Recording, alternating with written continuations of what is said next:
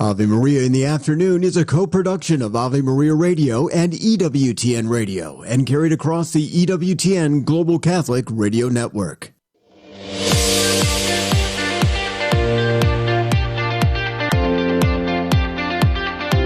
Welcome to Ave Maria in the Afternoon, examining the world through the lens of faith from the heart of the Church to help us navigate the culture. Here's Dr. Marcus Peter. Good afternoon. Thank you very much for joining us on this hour of Ave Maria in the Afternoon. I'm Marcus Peter. Today in the Gospel, Jesus is confronted by the Pharisees and the Jewish community at large with a woman caught in adultery. He basically tells the crowds, if anyone wishes to stone her, let he who has not sinned cast the first stone. And then he invites the woman to go forth and sin no more. I want to talk about that reading with Doug Keck.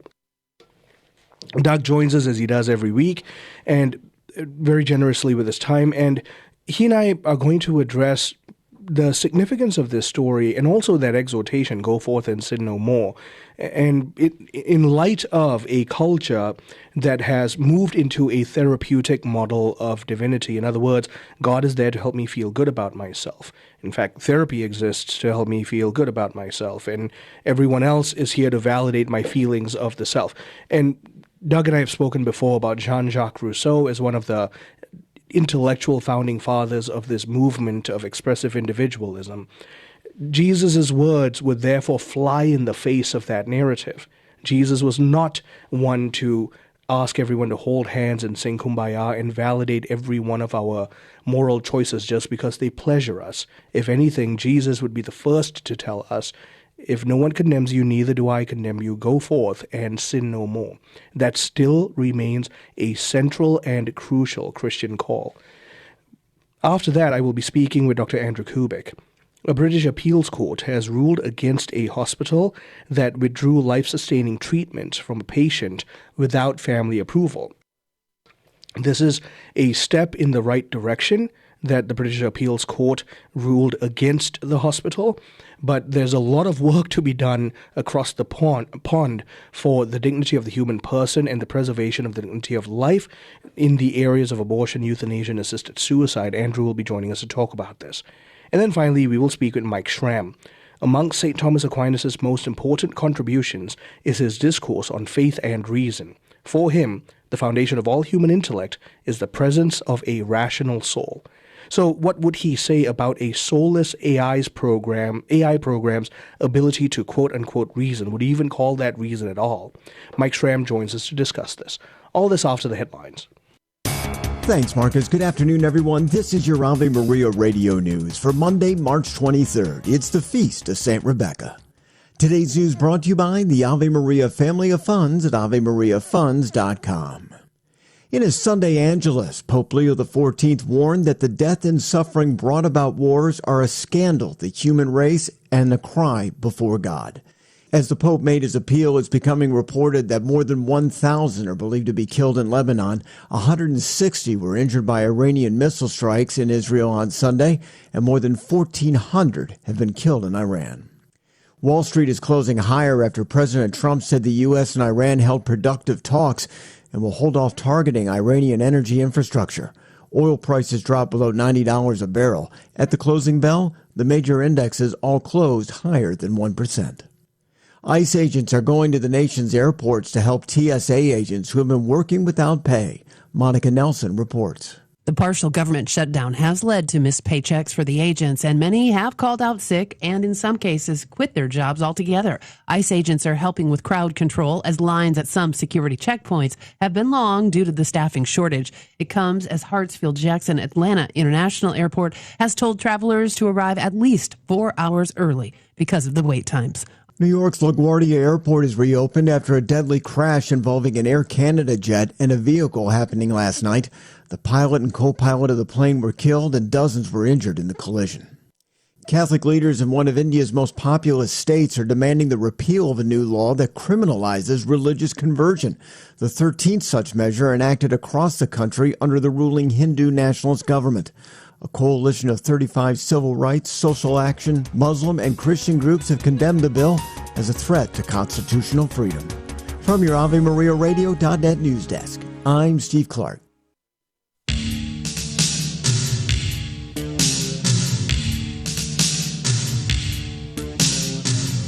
Good afternoon and welcome back. I'm Mark Speter, talking with my friend Doug Keck of EWTN about today's gospel reading that comes straight out of John chapter 8. It has to do with the adulterous woman. Doug, thank you very much for joining us. How are you? I'm good. Thank you for inviting me. Always a joy to be able to reconnect with you. Now, this story about the adulterous woman, there's a lot that we can comment on this, especially with regard to social life, chief among which I want to begin with that sense of an overt rigidity, which we can sometimes see resurge in church life. I want to invite you to comment on that. Well, I think you have that when things get so lax, you'll always tend to get the pendulum swinging sometimes too far, and people get very pharisaical in the sense of getting caught up in the letter of the law rather than the heart of the law, basically, and certainly with the intention of what the law was, and how much sin is not just something, as we can see here, our Lord is talking about, not just something that's an outward mistake or something. It has to do with inner issues in the interior life.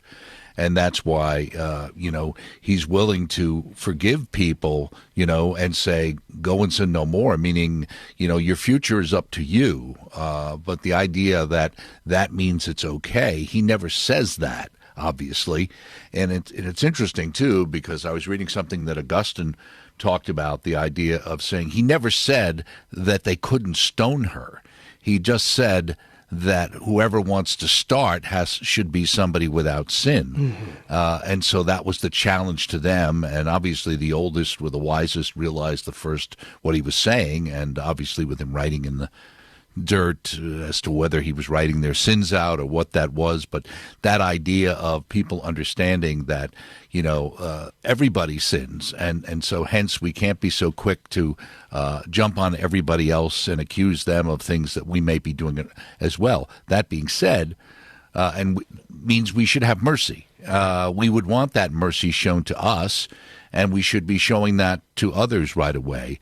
And not looking for an excuse to hold it over somebody and condemn somebody.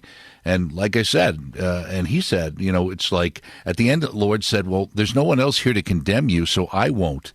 That's an interesting way of saying. He never said, and I'm not condemning you.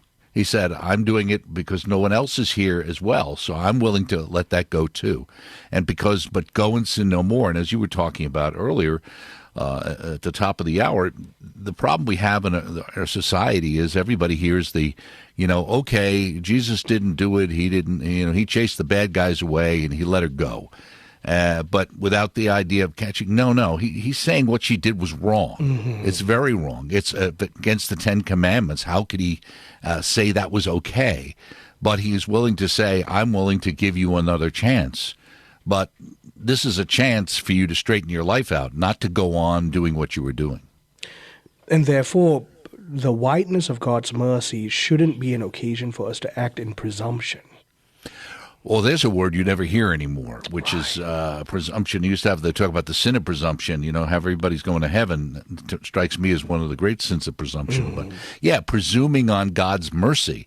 It's probably going to be there, but you can't do things that are against God's teachings and then assuming, he's going to cut me some slack on this because I'm a nice guy or because he's such a nice guy himself, without realizing you can't do that. If you're making these decisions and you know what's expected of you, then you have to live with the consequences that many times happen, especially in the temporal world, which we see where people are suffering after doing things that they thought they were, quote unquote, getting away with. I love that you bring that up because very often the quote unquote punishment for our sins is the consequence of what we ourselves have done. Mm-hmm. Right, and exactly. And the problem is that we don't want to blame the victim. So, and you alluded to the idea of the therapeutic and having a child with special needs, you understand the therapeutic idea of these particular children have deficits and they need help and understanding, because they clearly do. But it then gets projected onto the entire society, where the reality is everybody needs therapy. So nobody really is responsible for anything they do, because it's really because of how they were brought up, or they were loved too much, they weren't loved enough. Whatever you fill in the blank, there's some reason why, because all of us growing up in this world, as wonderful as our parents were and are, depending on our situation, there's probably times they said things that cut us to the quick or made us feel less important, or, that time I was at school and my friends all laughed at me, and now I don't feel as confident as I used to, and so I've done things I shouldn't do. There's lots of this idea that we're not responsible for our own actions. It's understandable why you could do something. It doesn't mean that it's acceptable. Right.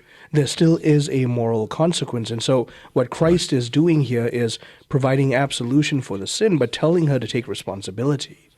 Right, and it's the same thing with the idea when you say, he's meeting with the tax collectors and these other people, because he's trying to reach out to them. As he said, I didn't come for those who are healthy, I came for those who are sick. Well, who do you think he's talking about as being sick? He's talking about these people. So it's not that he's hanging around with these people because they're neat and they really got it right and they really understand him, man. They know how it is. They can play guitar. It's not that way at all. It's that these are the people he needs to reach, because they're the ones who are really heading down the wrong path. Even though our Lord said, he didn't say don't do what the Pharisees said. He said don't do what they do. Okay? Because, they're teaching things that are exactly what the church is teaching, or what was being taught, in Judaism at the time.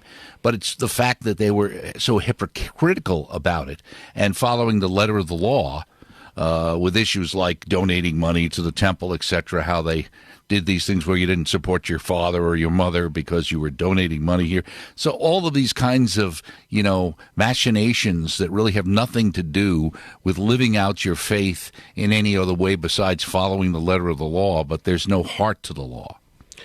And that heart of the law is exactly what the gospel compels us to, and what we ought to reclaim today, that we have the immense love of Christ, and responding to Christ means being responsible in changing our moral living. Absolutely, and the call is on you. The responsibility is on her. Her responsibility is to change her life. Their responsibility is to realize that they're sinners too, and they're supposed to think about those sins that our Lord wrote there, or that they remembered when he called them on it, and said, I have to make my life better too. So he's calling everyone, all the people there, to change their ways to be better people.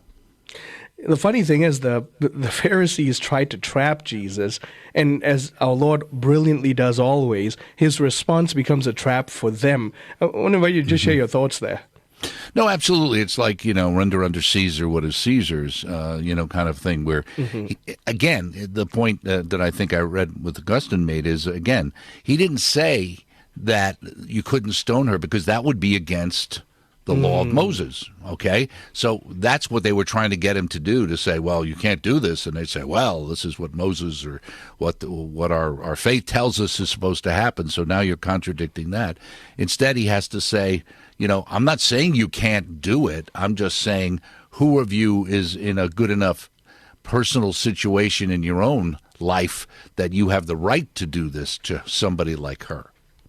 And that therefore becomes an indictment on all of us. Right. That while mercy is given to all of us, judgment is ultimately only God's. But that also means we can judge sins rightly. Right. And the other thing is, that's the thing, who knows what kind of lifestyle she was living, who this person was in the situation that she sinned and stumbled and was wrong. But, our Lord would look at them and say, you should know better, okay? You're the Pharisee. You have all these sins in your lives, and you know better to do these things. Here's maybe somebody who doesn't know as much or doesn't know better, and you're unwilling to give her the mercy that you expect God to show you. Doug, tremendous joy. Thank you very much for your insights. Thank you. Take it easy. My guest has been Doug Keck of EWT, and he and I have been talking about the story of today's gospel coming out of John chapter 8, Go forth and sin no more. Doug shared with us a tremendous amount of wisdom, chief among which is God has called us to responsibility for our moral actions, and he gives us the grace to live up to it. Stay tuned, I'm Marcus Peter.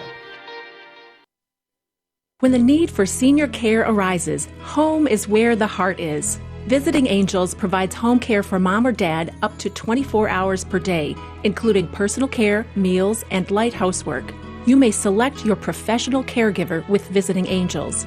More information at visitingangels.com or at 877-374-LIVE. That's 877-374-LIVE.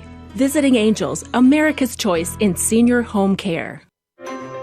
Pope Francis said, "The key that opens the door to faith is prayer." Join St. Paul Street Evangelization by running a prayer station in the public square. You don't need to be a professional apologist or theologian. Just listen to the needs of the people you encounter. Offer encouragement, take prayer requests, and pray with people. Find out more and get involved today at streetevangelization.com. That's streetevangelization.com. He was a pope, a saint, and a doctor of the Church. Matthew Bunson and the Doctors of the Church. Pope St. Gregory I the Great is one of only 4 popes honored as the Great. Among his many achievements was sending missionaries across Northern Europe, especially St. Augustine of Canterbury, who brought Christ to the people of England. In a pun, Pope Gregory called the English people angels. He died in 604. For more about the Doctors of the Church, visit doctorsofthechurch.com. Do you own popular index mutual funds or ETFs? If so, you're automatically own shares of companies that conflict with your moral beliefs. Ave Maria mutual funds are managed to conform to pro-life and pro-family values. Long-term investors can invest in the no-load Ave Maria mutual funds. The experienced professional portfolio managers make decisions based on investment fundamentals and pro-life values. You can learn more about Ave Maria mutual funds today at 866 Ave Maria or visit AveMariaFunds.com.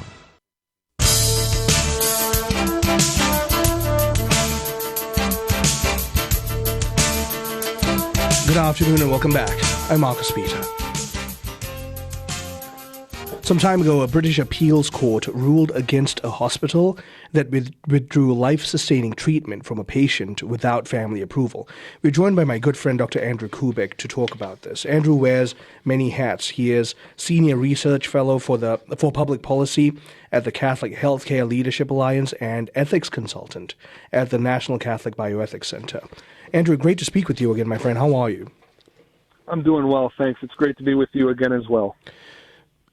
For the sake of our listeners, let's go through the story and then we can talk about some of the Catholic insight into this. Absolutely, and you did a great job in the lead-up as well.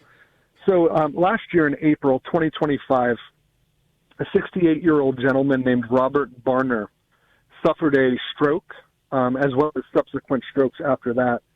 He was clinically diagnosed with, and this is really a quote here, extensive and irreversible brain damage.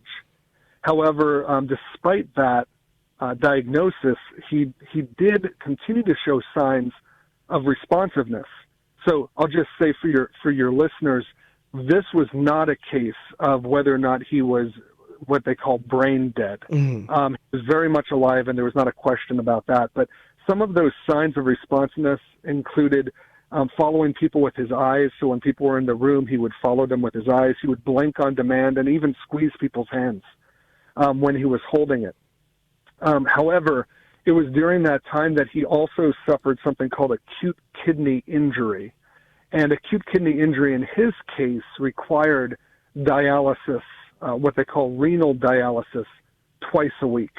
And it was that intervention, it was that medical intervention, the dialysis, that in late 2025, a group of clinicians, 3 of them in fact, determined that it was clinically inappropriate, that was their words, to continue that dialysis. The family, of course, appealed, and it was during that appeal that the hospital on February 11th withdrew the dialysis, and shortly thereafter he passed away. And as you noted in the lead-up, the hospital was found to be at fault for discontinuing dialysis while the courts were considering the appeal from the family. The hospital withdrew treatment and withheld treatment as if they did it unilaterally, and they cited a clinical decision, or the decision was made on clinical grounds. Can you please speak to that? Sure, certainly. So what they were doing, and we find this in the United Kingdom's National Health Service, that when there is a patient who is considered incompetent or lacking the mental capacity to make one's own decisions, they defer to the family until the family is in disagreement with the clinical diagnoses and prognoses of the healthcare team. And that's what happened here. And so the clinical decision was in fact saying that it would be inappropriate to continue that dialysis. In fact, it would be inappropriate to continue that life-sustaining treatments, because that's exactly what it is. What does British law say about the kind of care that is mandated, especially in the case of a mentally incapacitated adult? Sure. Well, it does fall down to the discretion of the clinicians, of the healthcare team to determine. I mean, I'll use some Catholic bioethical terms here to really determine what is obligatory or what we call morally ordinary. So they're making the determination.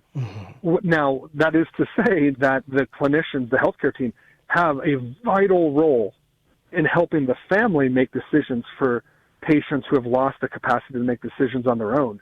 But for the National Health Service, there is a tremendous amount of authority given to the hospitals, given to the healthcare team.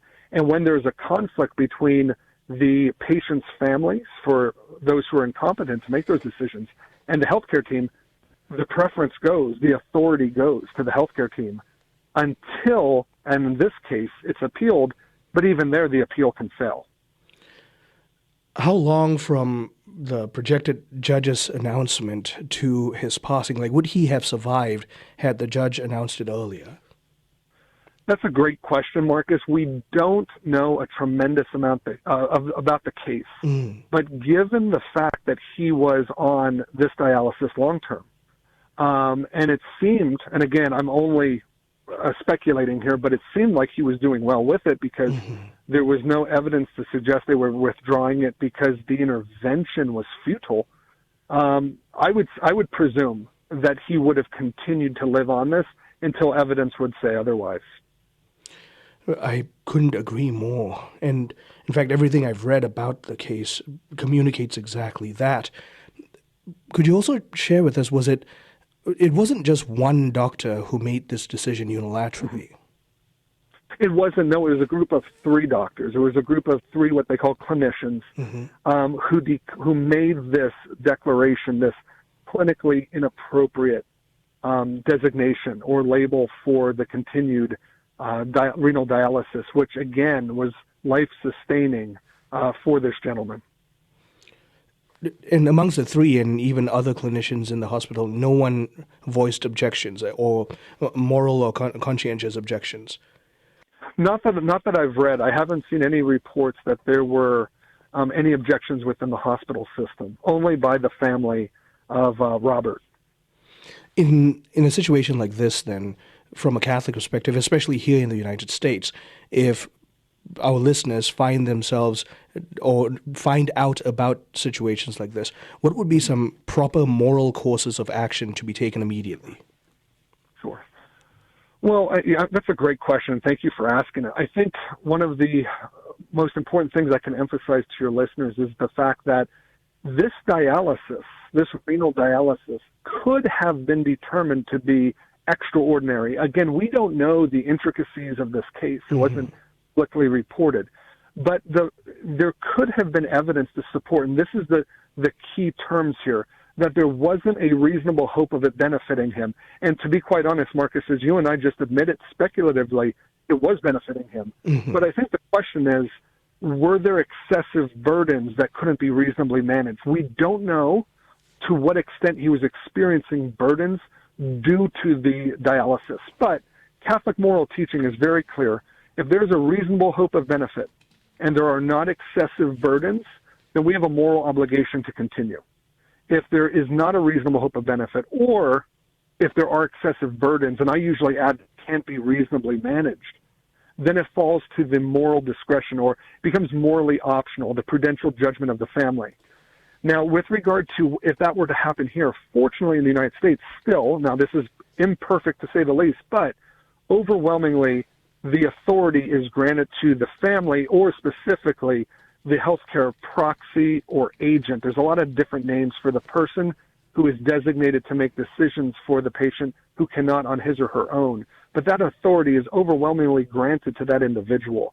And if, God forbid, a family would find themselves in that circumstance, then I would just highly recommend they have a very quick conversation. When I say quick, immediately with a patient advocate, or with maybe if there's a social worker on the case, have it raised to the level of the bioethics committee. Mm-hmm. And you don't want to start with this, but if it becomes absolutely necessary, to seek out the local jurisdiction, the local judge or magistrate, to see if there could be a temporary injunction put in place to prevent the hospital from acting against the wishes of the family until this can be further pressed out. But I want to kind of close with an emphasis decision, and I'm going to read real quick for you and your listeners. ERD, Ethical and Religious Directive 56 from the U.S. Conference of Bishops, tells us that the determination about whether there's a proportionate benefit or excessive burdens falls to the patient or the patient's surrogate and should be informed by professional medical advice. So it's the patient or the patient's surrogate that is the decision maker. I really thank you for all of that. Gosh, we're out of time. Every time I speak with you, the time just flies.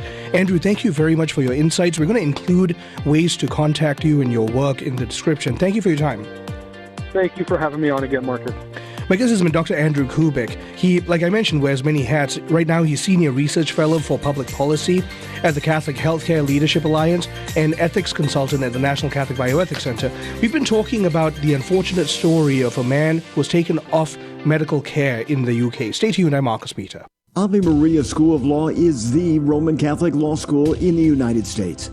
Consistently ranked in the Princeton Review as one of the best and most conservative law schools, as well as pre-law's most devout law school. Ave Maria School of Law provides a traditional legal education while emphasizing how the law intersects with the Catholic intellectual tradition and natural law philosophy.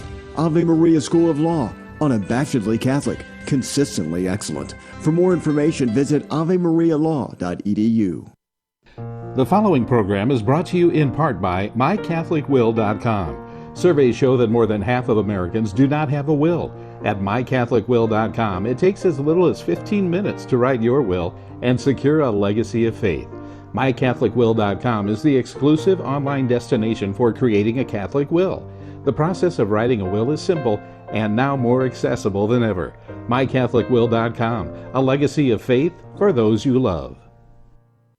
Steve and Janet Ray here, announcing we are back in the Holy Land, ready to introduce you to our favorite places in the world, the land where God walked. Mass at the most holy sites, pray the mysteries of the Rosary where they happened, and experience the Bible in vivid color. We have led over 100 groups through this land, sharing the whole story of salvation. Of all the pilgrimages in all of the world, this is the one you should not miss. Find the Ave Maria Radio travel tab at avemariaradio.net.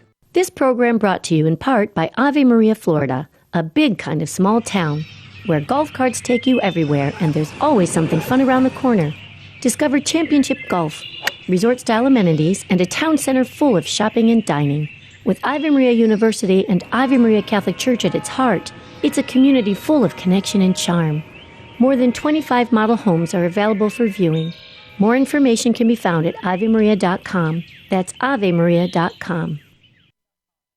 How does freedom affect our actions? According to the Catholic Catechism, freedom makes us responsible for every act that we have directly willed. Despite her efforts to place all the blame on the serpent, Eve was directly responsible for initiating and committing original sin. She knew God had forbidden her to eat from the tree of good and evil, yet she did it anyway. Cain deliberately killed his brother Abel. King David deliberately committed both adultery and murder. None of the three were ignorant of the gravity of their acts, and there were no mitigating circumstances that diminished their responsibility. However, David was particularly remorseful when confronted with his guilt. The Catechism tells us that the right to the exercise of freedom, especially in moral and religious matters, is an inalienable requirement for the dignity of the human person. This is Peggy Stanton, and this has been the Order of Malta's Minute with the Catechism. 60 on 10 with Monsignor Charles Pope. The fourth commandment, honor your father and your mother. This commandment enjoins on us as young children not only obedience to their parents and even older children, great honor for them, but also gratitude for all of our elders, teachers, employers, and leaders. It also directs citizens to a proper love of our country. So it's a rich commandment. And it also puts great requirements on those who are in those positions to be worthy of the honor that is due them. This commandment is fundamentally given to us by God because without respect for our elders, there can be no teaching, and we cannot hand on the wisdom of previous generations. This commandment is rich and it is for us. The fourth commandment, honor your father and your mother. For more about the 10 Commandments, visit EWTNRC.com.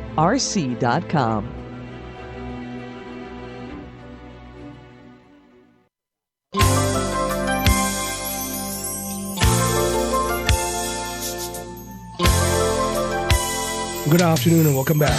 I'm Marcus Peter. Among St. Thomas Aquinas' most important contributions is his discourse on faith and reason.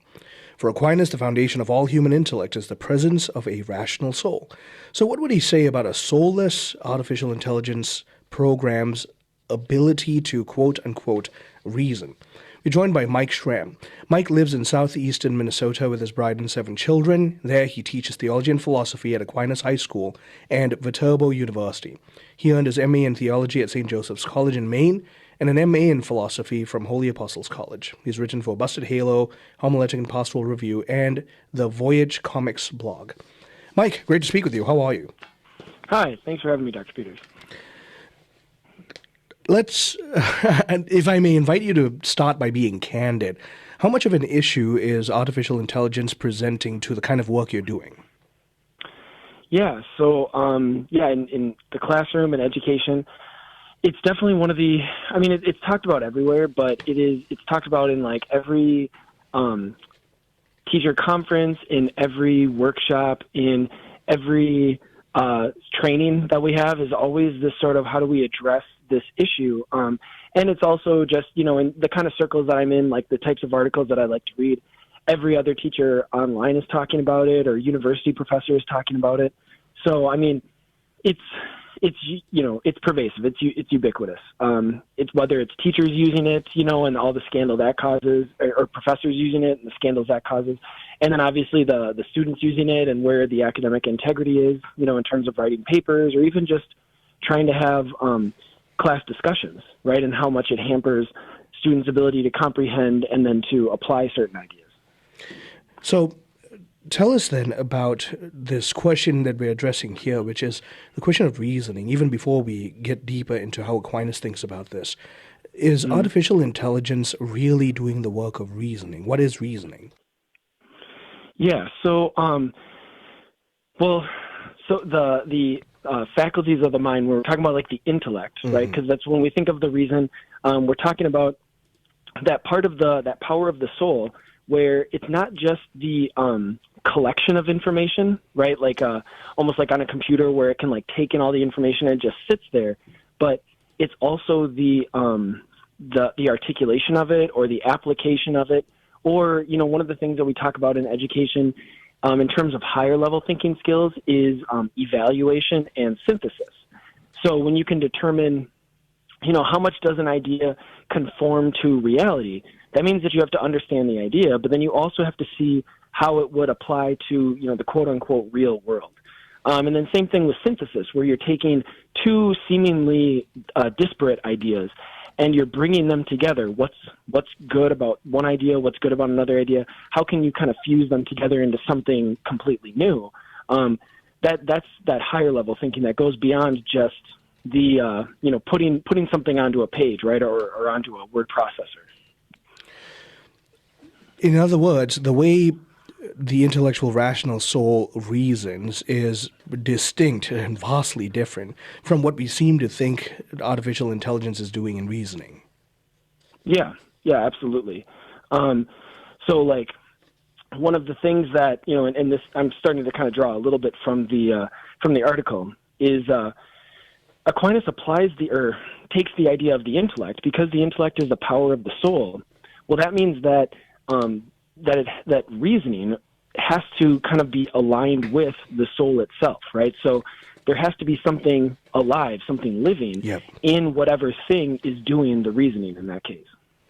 In that light, when we consider the kind of production, if you will, of text, of quote-unquote thinking that artificial intelligence does, all it does is it aggregates the resources that it has to provide an estimation of an answer. It's not real thinking and reasoning. Yeah, I mean, it's sort of like, when you put actual like letters or words on a page, whether it's, a typewriter, printing press, or even a processor, is the thing that actually puts the words on there hasn't actually done the thinking, right? It's the person who aligned the letters. And even if you're going to take a step back and say, well, it's the program that aligned the letters, well, then there still is something sort of like behind the alignment of that program, so to speak. So you're really just kicking the can back an extra step by doing it digitally instead of, like I said, you put the slides in on the printing press and you actually, put the press down, to use the older technology. Tell us about this power of the soul that is the intellect. You've got the intellect, the will, the passions, and the... Sorry about that. And they each have their own appetites, the appetite of the intellect being the truth. So that's why a human person has a desire to know for the sake of apprehending truth. Can you please speak to that? Yeah, so as I was saying before, Aquinas, what I thought was so interesting in kind of doing the research for this, and actually just kind of a connection that I found, with Ave Maria, because this paper that I wrote, it was actually originally a presentation for the Aquinas conference at Ave Maria University, is where I first presented it, and then I wanted to kind of put it down into something in writing. But he aligns it with the soul, right? And the soul is the thing that gives life to, whether it's a plant, an animal, or a human, right? It's the capacity for life is what we call the soul. And so the question that you have to ask too is like, what even is life in the first place? Because most, like, when they think of like, oh, well, if it's moving, it's alive. But we can think of things, whether we're building a machine, the machine can move, but it's not alive in the same way that an organism is alive. And so there's this distinction, which is basically, it's called like immanent movement or transient movement. And immanent movement is the movement being brought on by something that is part of the nature of the thing itself? Or if it's transient, is the movement being caused by something that is external to the thing itself? And the example that I use in the paper is, so you have a living organism, which is, not only does the organism have DNA and has a heart that pumps blood, but like there's something that's even enlivening that heart. And that's why we would call it, the soul, because the soul has to give life to the heart, the lungs, and the brain simultaneously for all those things to work together. As opposed to transient, which is, like I said, something external, that'd be something more like a battery. So now you can kind of see the contrast between the biological kind of real life thing and then the more mechanical. And when we look at something like, even if it's the movement, so to speak, of a program in a computer or artificial intelligence, so-called, it still is being brought on by something extrinsic to the thing itself, whether it's the code that was put in or the programmer that put the code in, right, or whatever the case may be. It still is something external. It's not intrinsic to the thing we're talking about.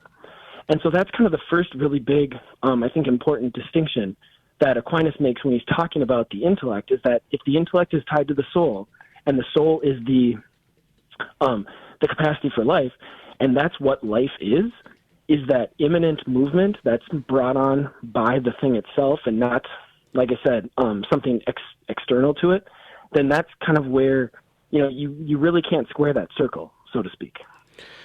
One of the things, therefore, that results in is AI doesn't have what Aquinas, what the church would consider properties of life, real life. Please speak to that before we address the deeper anthropological issues. Yeah, so I guess,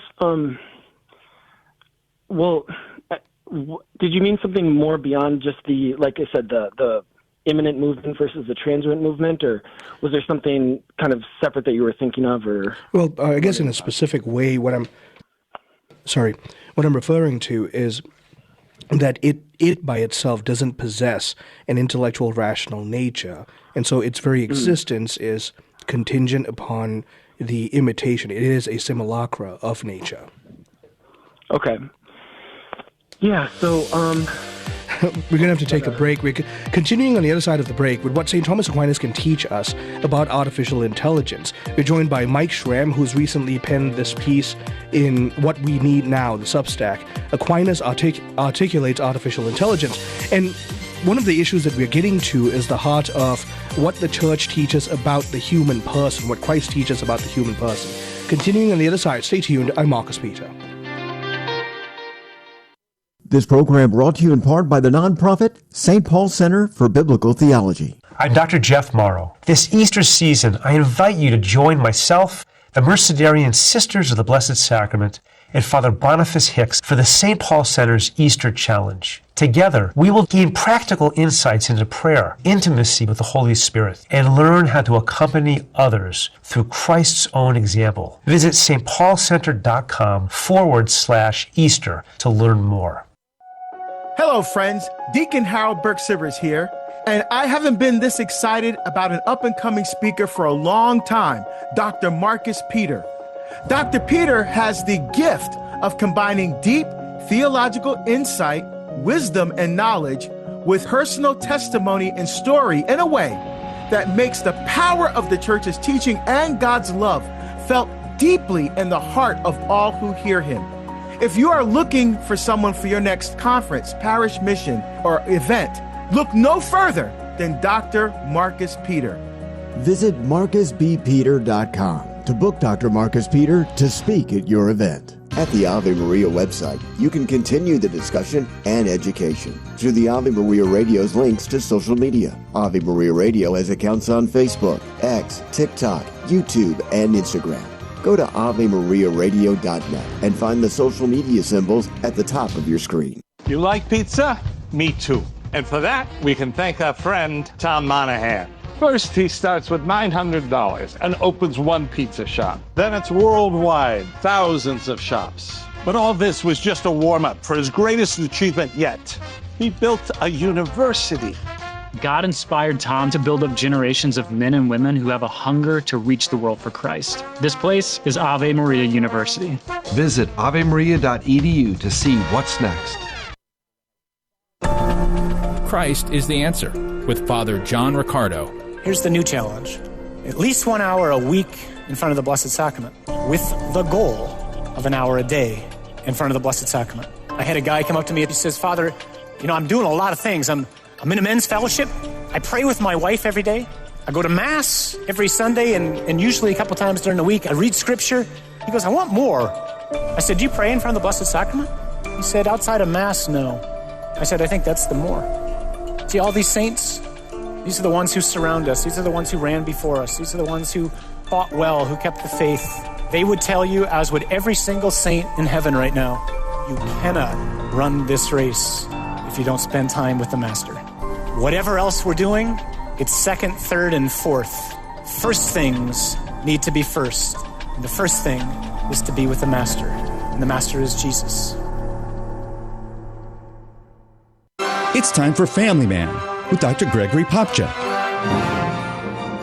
You've probably heard Venerable Father Patrick Peyton say, the family that prays together stays together. Well, as the director of the Peyton Institute, I like to add that the family that plays together also prays together. Family play rituals, like family days, game nights, and other similar activities, aren't just fun things to do. They're ways Catholic families remind each other to celebrate the life God has given them. Daily play rituals remind families that both in good times and in hard times, God always wants us to look for reasons to rejoice. That's one reason family rituals for playing together are such an important part of Catholic family life. To discover more ways your family can celebrate the liturgy of domestic church life, check out the newest editions of Parenting with Grace and visit CatholicCounselors.com.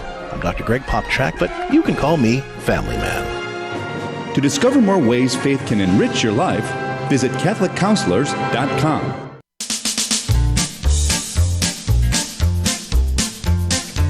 Good afternoon and welcome back. I'm Marcus Speed. I'm talking with Mike Schramm. He is most recently the author of Aquinas Articulates Artificial Intelligence on the What We Need Now Substack.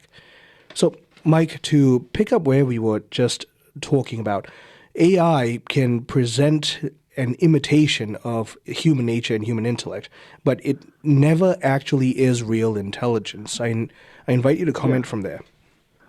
Yeah, so one of the things that Aquinas talks about when he's talking about the intellect is he refers to what are called the sensitive powers, and that these sensitive powers, they consist of these the sensitive part of the soul, I should say, and they consist of these four interior powers.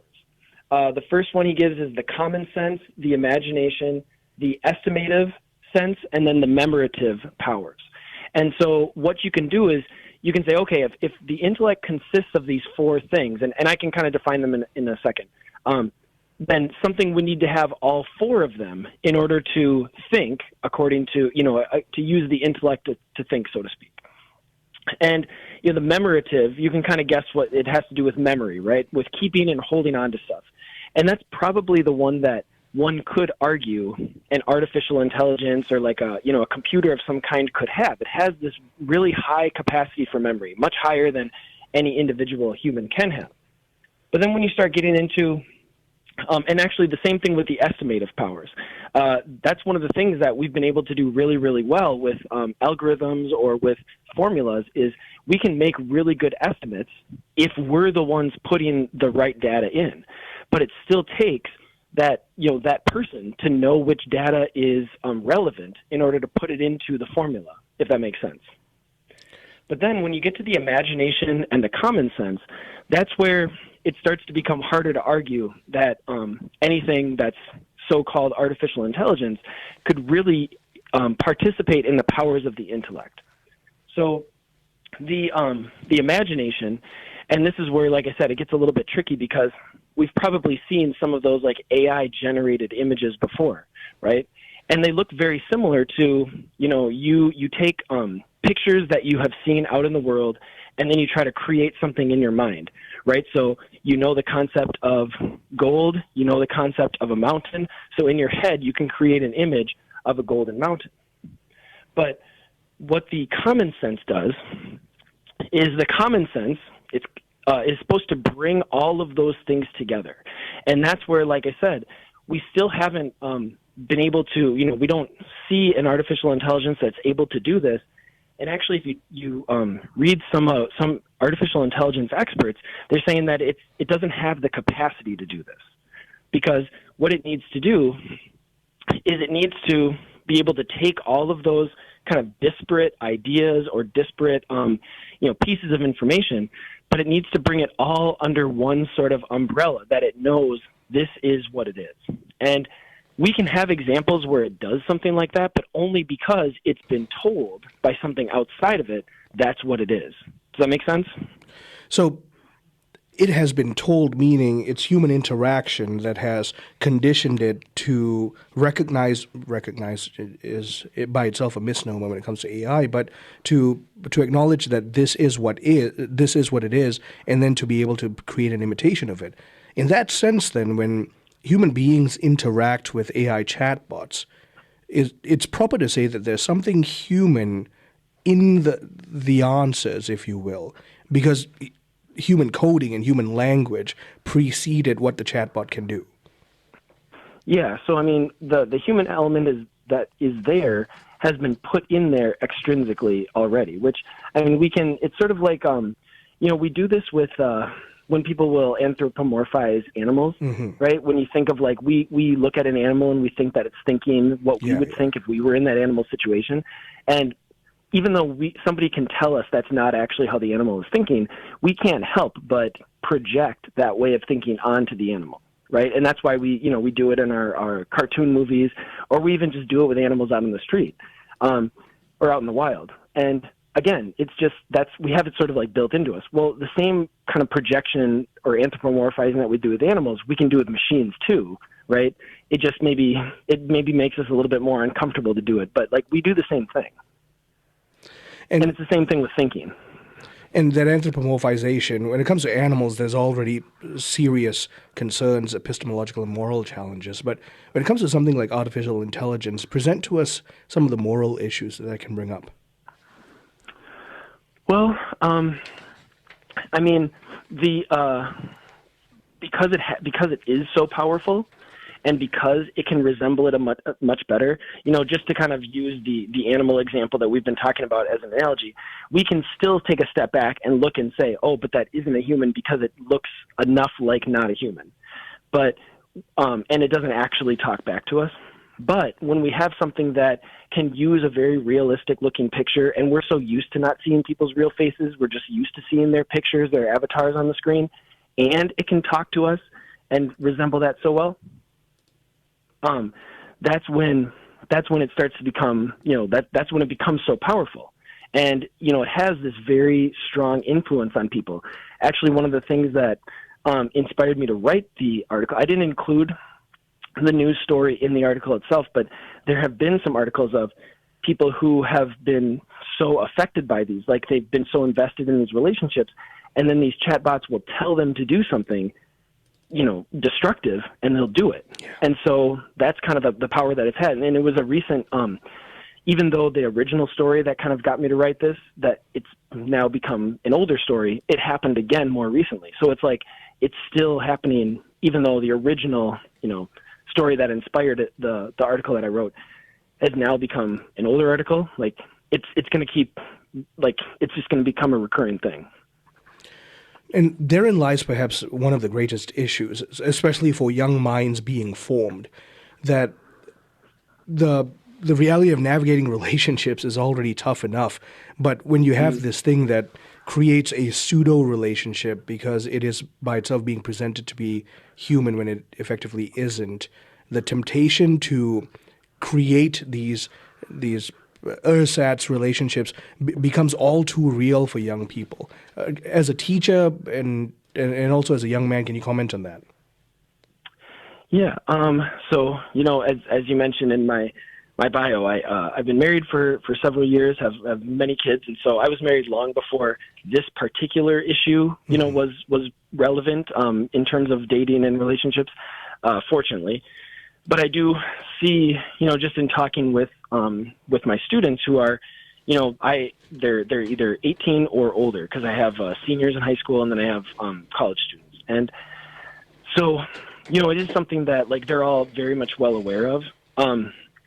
I think, at least from my perspective, what I've been able to see is that they have a lot of the resources to pursue. Most of the ones that I have anyway have the resources and the opportunities to pursue real flesh and blood relationships, whether that's friendships or romantic relationships. And so, it isn't something that, like, it's not like I have a conversation with a student. They're like, oh, and I was talking to, so-and-so the other day, and I said, oh, who's that? And they're like, oh, it's my, AI girlfriend or AI. Like, I haven't had that happen yet, fortunately. Mm-hmm. But just the fact that I have to bring that up as a plausible example is maybe the worrisome part, right? Exactly. And the sheer ubiquitousness of mental issues in every subsequent generation also presents severe problems. I don't know which specific case you were referring to, but I know at least of 3 separate cases where this has become a problem. We've had one of the mothers of a young boy who tragically ended his life because of an AI chatbot on this program. And so this is a real problem. Every life lost has infinite value in Christ.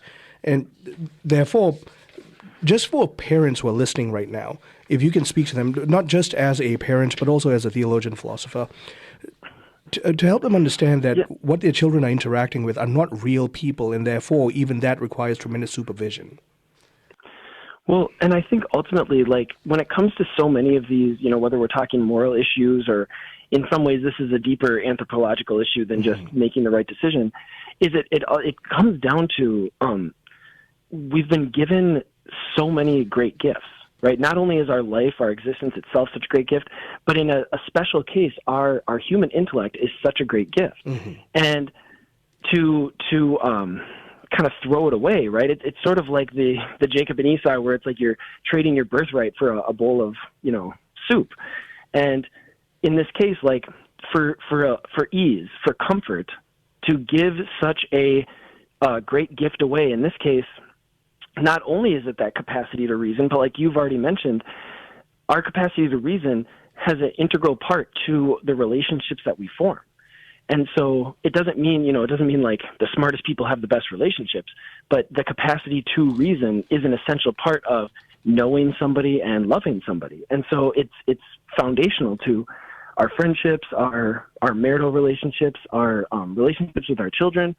And so to relinquish that, so easily is, it shouldn't scare us. It should embolden us to strengthen that gift all the more.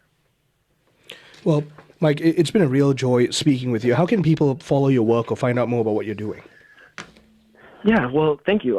Thank you for having me. So you mentioned that this article was for the What We Need Now Substack.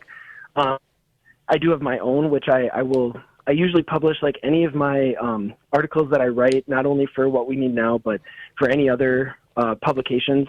I've written for other ones as well. And so I try to put it all there on my own Substack, which is just, Mike Schramm is all it is. So you can just find it on there.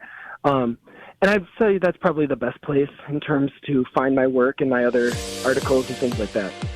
Well, thank you very much. We will be linking to your Substack in the description of today's program. My guest has been Mike Schramm. He lives in southeastern Minnesota with his bride and 7 children, teaches theology and philosophy at Aquinas High School and Viterbo University, and we've been talking about what St. Thomas Aquinas would tell us about artificial intelligence. Thank you for joining us. I'm Marcus Peter.